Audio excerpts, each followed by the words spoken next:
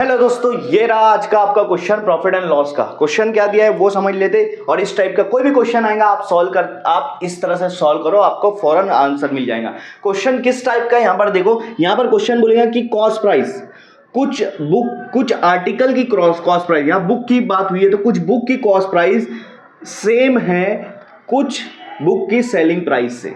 तो कुछ बुक की या कुछ आर्टिकल की कॉस्ट प्राइस और कुछ आर्टिकल की सेलिंग प्राइस सेम है, ऐसा क्वेश्चन आया।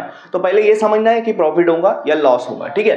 तो प्रॉफिट कब होता है, जब कॉस्ट प्राइस का आर्टिकल सेलिंग प्राइस के आर्टिकल से ज्यादा है तो यहां पर होगा प्रॉफिट, और जब कॉस्ट प्राइस का आर्टिकल सेलिंग प्राइस के आर्टिकल से कम है तो यहां होगा लॉस। ये किसकी कंडीशन में होगा, जब यहां पे इक्वल होगा। समझ में आया? तो कॉस्ट प्राइस का आर्टिकल सेलिंग प्राइस के आर्टिकल से ज्यादा होगा। देखो साइड सी बात है, मान लो आपने 100 रुपए में 2 पेन लिया, 100 रुपए में 2 पेन लिया, तो एक पेन कितने की पड़ी आपको, 50 रुपए की। इसलिए आपने खरीदा है, अब आप इसको बेच रहे हो तो 100 रुपए में 3 पेन बेच दे रहे हो, तो एक पेन आपको 33 रुपए की जा रही है। इसका मतलब आप 50 रुपए के लेके 33 रुपए में बेच रहे हो, 17 रुपए का एक पेन पे लॉस आ रहा है ना, है ना। हाँ, तो ये तो समझ लो कि हमने 100 रुपए में 2 पेन लिया और 100 रुपए में 3 पेन बेच दिया, इसका मतलब लॉस आएंगे कि प्रॉफिट आएगा?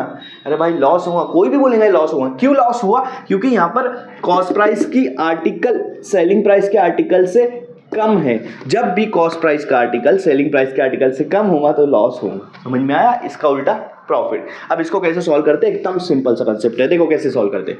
यहाँ पे जब भी आर्टिकल दिया तो बड़े में से छोटे को माइनस करना है। 20 में से 15 गया, कितना बचेगा? 5 बचेगा। और ये हमने पहले ही बता दिया कि यहाँ पे क्या होगा, लॉस होगा। तो लॉस का परसेंटेज निकालना है। तो 20 में से 15 गया, 5 बचा। अब सेलिंग प्राइस का आर्टिकल नीचे लिखना है। सेलिंग प्राइस का आर्टिकल कितना है? 20। तो 20 नीचे लिखना है और 100 से मल्टीप्लाई करना है ताकि आपको परसेंटेज निकाल सके, ठीक है। तो देखो 5, ठीक है, 5 से मत कट करो, इसको ऐसे रहने दो।